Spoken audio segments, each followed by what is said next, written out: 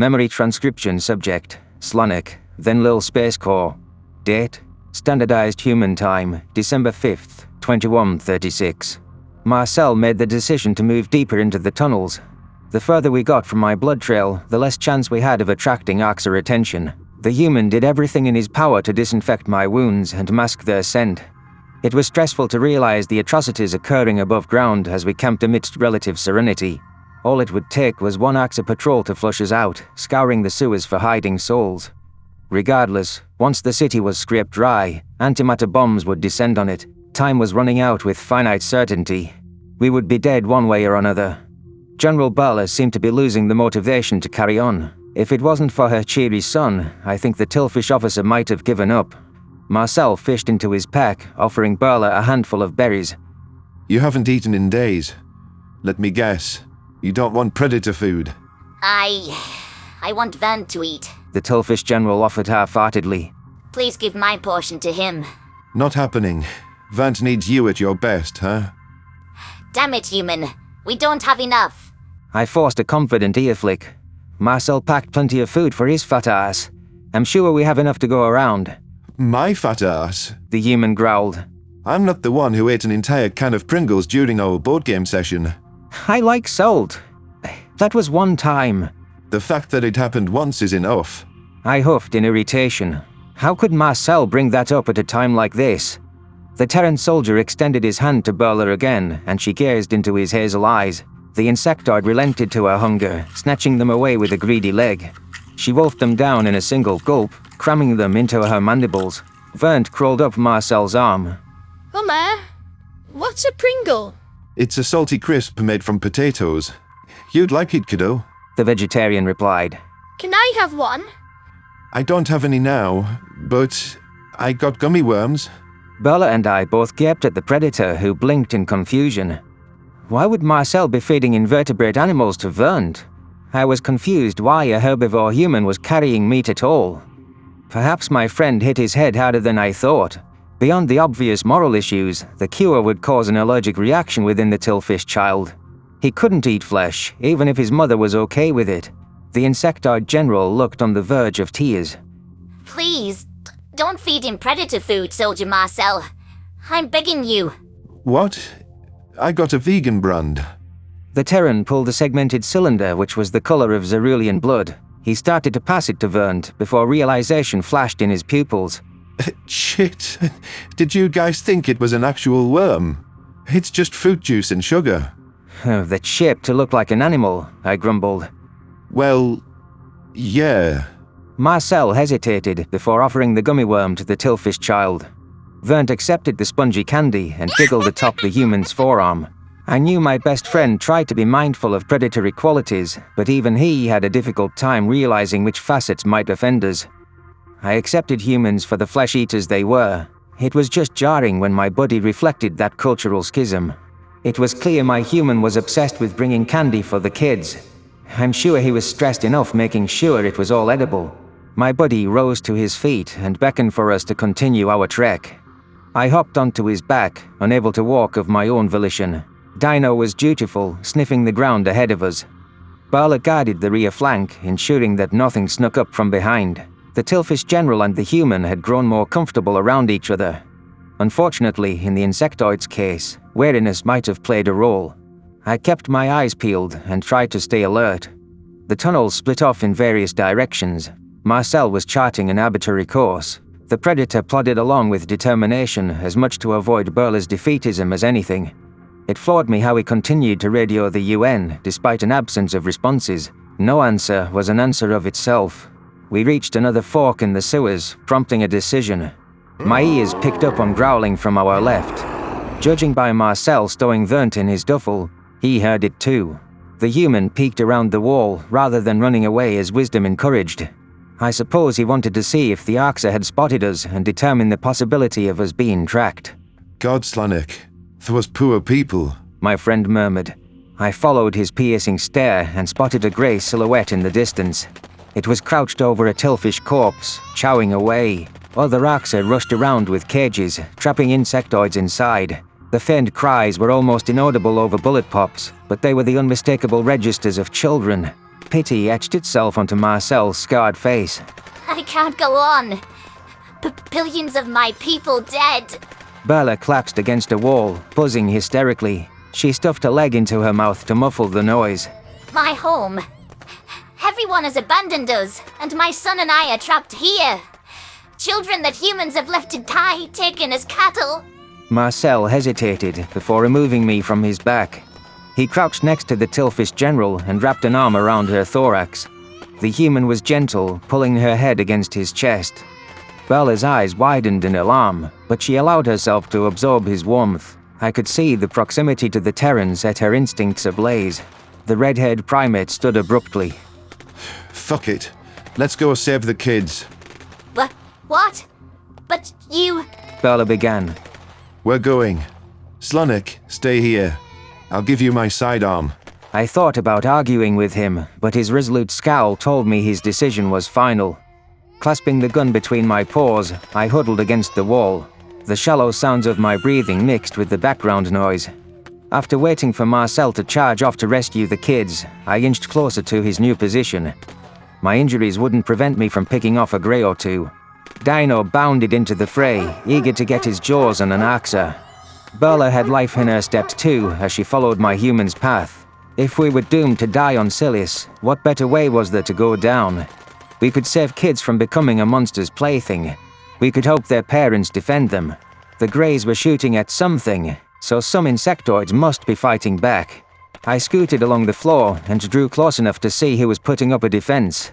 Tillfish exterminators were mounting a desperate stand, spraying flames at the Axa.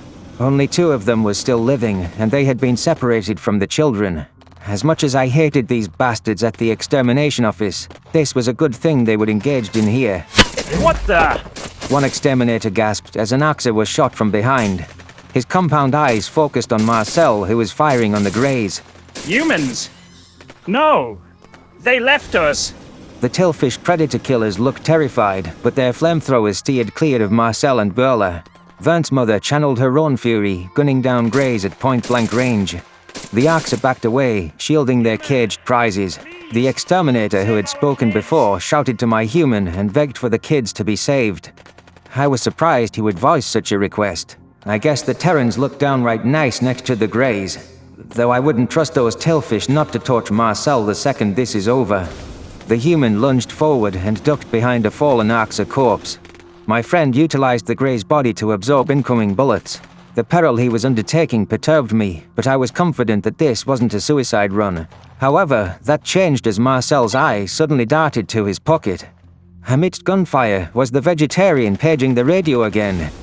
The UN weren't coming to our rescue. Tillfish children meant nothing to them. Have to help, I wheezed to myself. Move. It took painstaking minutes to advance until I was almost to the conflict zone. My injuries were cause for absolute self-loathing. Why did I have to be a wounded liability? Hugging the sidearm, it took conscious effort to map out the battlefield. There were 11 Axa total following my friend's kills so far. That was a lot for 1 human and 3 panicked Tillfish to manage. Matters took a turn for the worse as 2 Greys circled off down the tunnel. They were heading right for my position and had evaded Marcel's notice. I could tell from their flaring nostrils that they'd scented me. If I distracted them for a while, that improved my human's odds. My forearms raised the gun, popping off 3 shots. Each bullet missed by a long shot, earning sneers from the Greys. One soldier licked its lips and smacked the gun out of my paws. Absolute terror coursed through my veins as its teeth hovered a hair from my throat.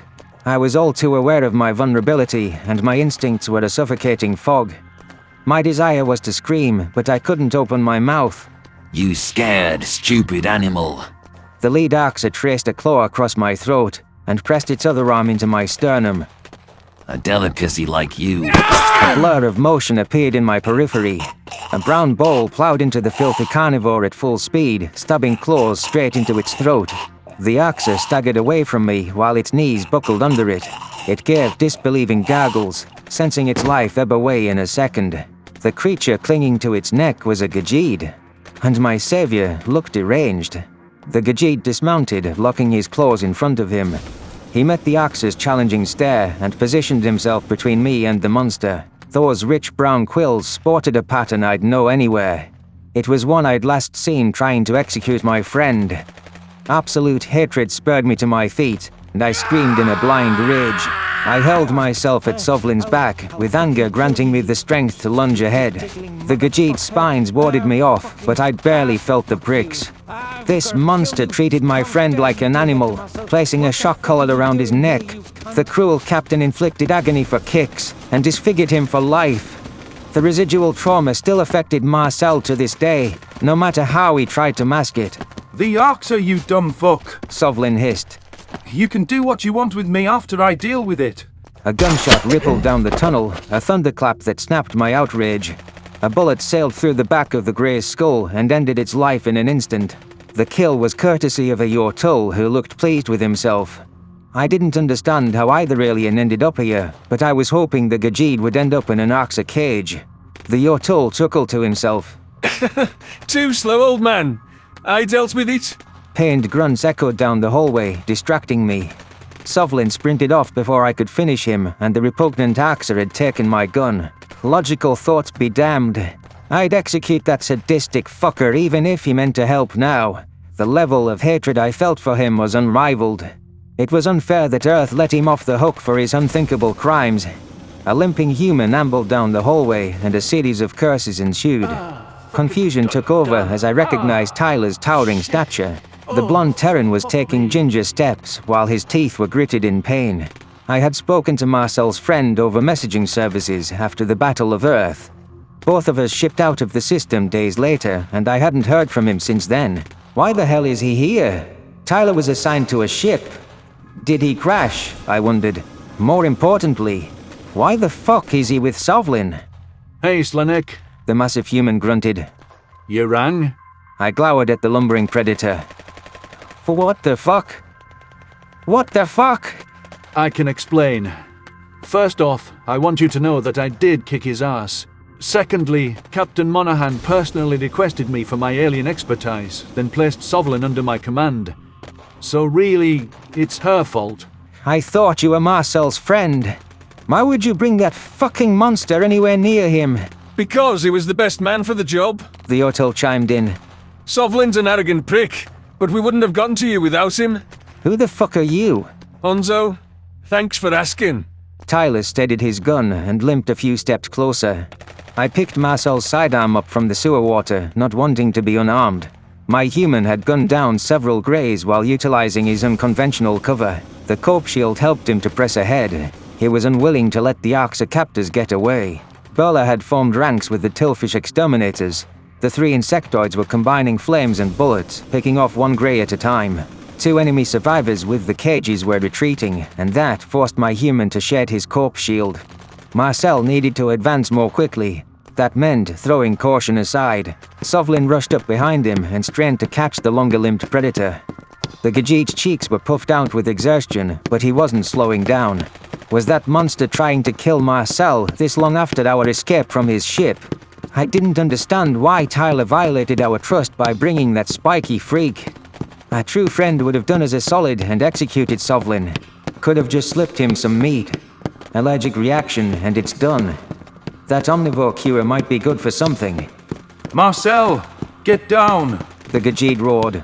The human slowed for a second, and that gave Sovlin enough time to tackle him from behind. I realized that the Arxer had set up a sentry turret. They intended to gun down anything that passed through this area after their sweep. The monsters activated the device as they retreated past it. Bullets zeroed in any motion in an automated stream. Sovlin hooked Marcel's head against the shallow water and shielded my human with his own body. Blue blood spurted from his back as bullets clipped his spines. An entire row was ripped out, causing the Gajit to scream in agony. Despite the pain, he never wavered from his spot. As long as the duo stayed against the floor, they were below the turret's sightline. The Tillfish hit the deck as well before they could attract the gun's ire. Tyler retrieved his grenade launcher, though he had minimal ammunition in tow. The blonde human balanced on one leg and lined up his shot with careful precision. A projectile sailed down the tunnel, converting the turret into fragmented shards. Sovlin struggled to his feet and extended a clawed paw to Marcel. Tears glistened in my human's eyes. I could see him biting his lip. The primate threw his hand into the Gajit grasp, avoiding his gaze. The callous captain tugged my friend upright through sheer willpower. Blood was still gushing down Sovlin's back, but he wasn't stopping for first aid. Shit! We lost the fucking kids! My human growled. And you? I'm not even going to ask. The Gajit touched the paw to his bloodied back. I know you don't want to see me. No shit. Tyler didn't mention a thing about you because he knew I'd be pissed. Fuck! Do you have a ship? Yes. Hey, exterminators. I'm sorry that the Greys took so many of the kids. You and the civilian survivors want to come with us off this rock. The flamethrower-wielding Tillfish shifted. Yes, Predator. Your occupation was better than theirs. Okay. Get these people and my friends to safety, Sovlin. You do that, and I'll tolerate you for that long. Onzo propped me up as the rest of the procession made their way toward us. I still wanted a piece of Sovlin, but I couldn't get over the fact that he'd saved Marcel's life. I decided I wouldn't go after the Gajid until we were cleared of Silis. Between the vegetarian's head injury and my blood loss, neither of us should be flying. The most important thing to me was my human's survival. A universe without him was a dark place. If Sovlin was our ticket out, then so be it.